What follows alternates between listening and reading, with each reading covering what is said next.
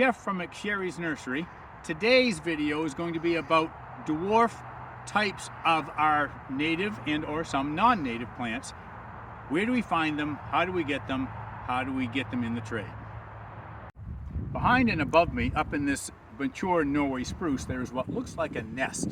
That is actually a cluster of cells from that plant that have mutated into what is called a witch's broom. And what will happen is somebody may well take pieces of that, root those pieces, and all of those pieces genetically are the same, and they will become a new named cultivar or variety of a Norway spruce in the trade. So a very popular dwarf spruce is the dwarf Alberta spruce. This was actually found in Canada as a genetic variant of our native white spruce, and it's used a lot in landscaping all over New England. However, this little guy is a sport of the dwarf Alberta spruce. So this was found as a witch's broom, and it's called Humpty Dumpty. Another dwarf form of a white spruce, again from a witch's broom, is this little guy. It's called Blue Planet. This is actually a little globe that only grows about a ½ inch a year. However, sometimes it reverts back to a normal white spruce. This is white spruce growing from a blue planet.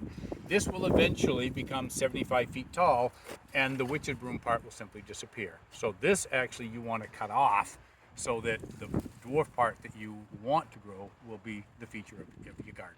One last evergreen I want to show you, which is a native hemlock, is actually a dwarf creeping form called Cole's prostrate. This was actually found in the White Mountains as a seedling dwarf creeping form. It's a ground cover, or you can actually tie some of these up on a stake and get a little height to it, but basically it's best on a banking or over a stone wall or something like that.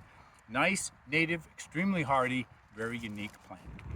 All of the dwarf evergreens that we just showed you, as well as all of the rest of them here, are available at McSherry's. Again, check in next week for the next video, and we'll see you then.